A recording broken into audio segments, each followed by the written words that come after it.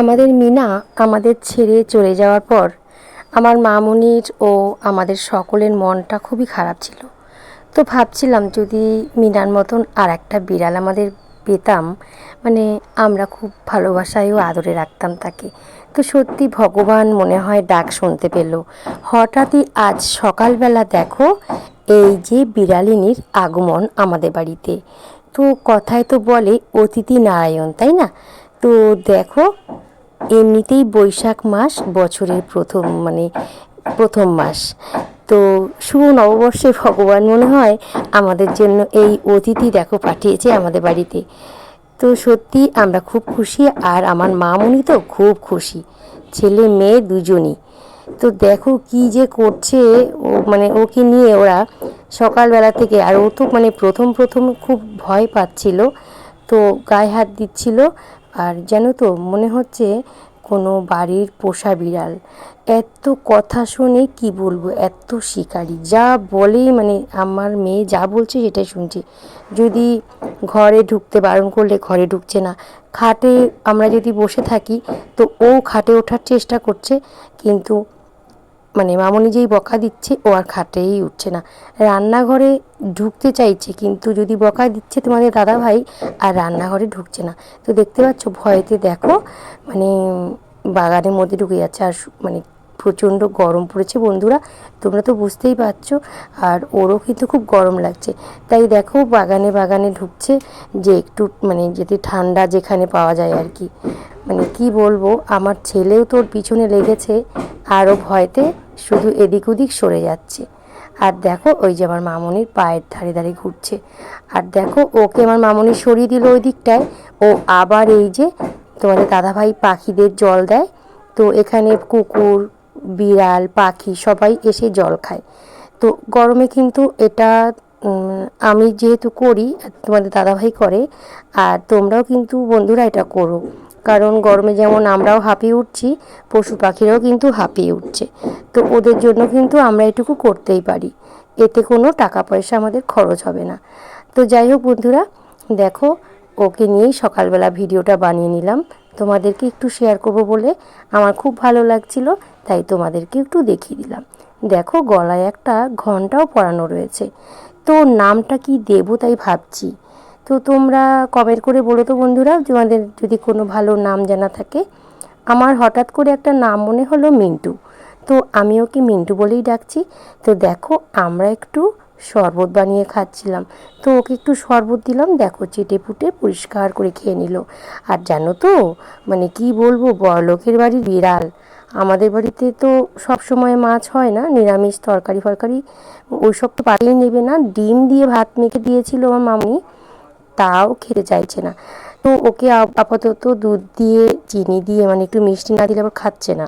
তো দুধ দিয়ে চিনি দিয়ে ভালো করে মাখিয়ে তারপরে খেতে দিচ্ছি। তো যাই হোক বন্ধুরা, খুবই ভালো লাগছে। আর তোমাদের দাদাভাইও দেখো খুব ভালোবাসছে ওকে।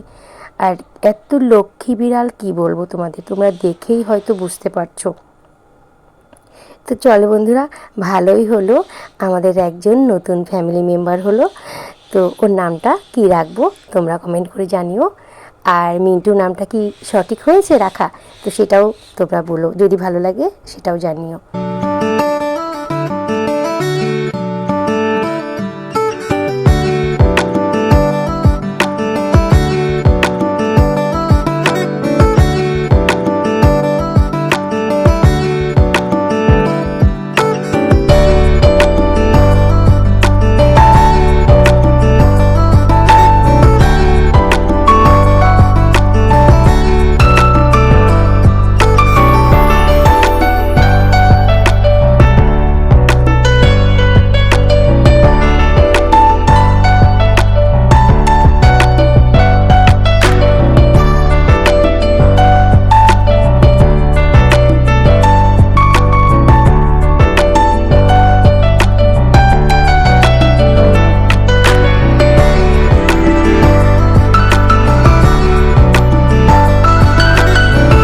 তো যাই হোক বন্ধুরা, মিন্টুকে নিয়ে অনেক সময় একটু সময় কাটানো হলো। আর তারপরে দেখো রান্নাঘরে এসেছি।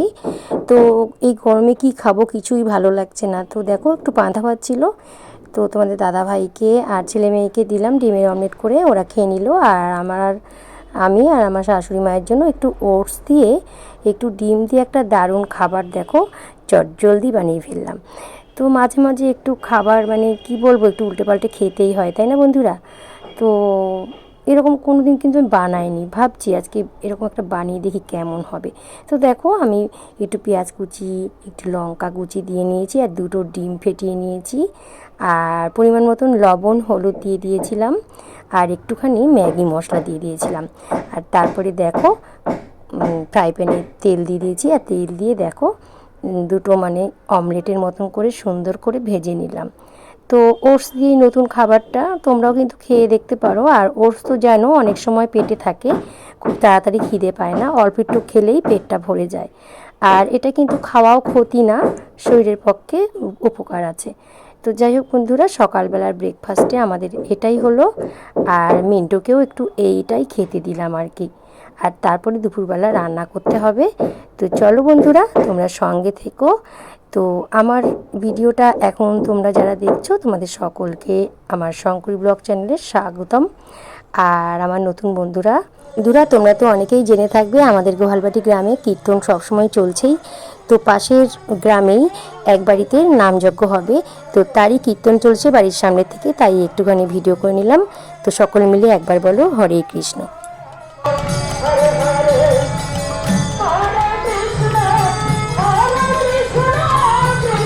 বাড়ির কীর্তন।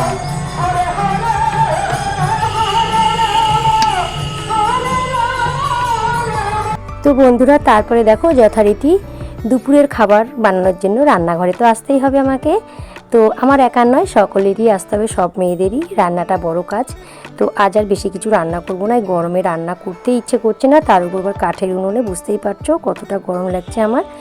তো দেখো আমাদের দাদাভাই মাছ এনেছিল, এগুলোকে কী মাছ বলে জানো? ও হ্যাঁ, মনে পড়েছে, আইট ট্যাংরা। তো আইট ট্যাংরা দিয়ে আলু দিয়ে মাছের ঝোল করলাম, আর ভাত করবো আর কিছু না। তারপরে দেখো খুব গরম লাগছে, আমিও ঘন ঘন জল খাচ্ছি।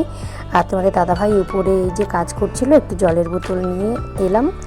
আর তোমরা তো জানো আমার ছেলেটার অনেক দিন ধরেই শরীর খারাপ, তো ভাত টাত খেতেই চাচ্ছে না, মাছও খেতে চাচ্ছে না।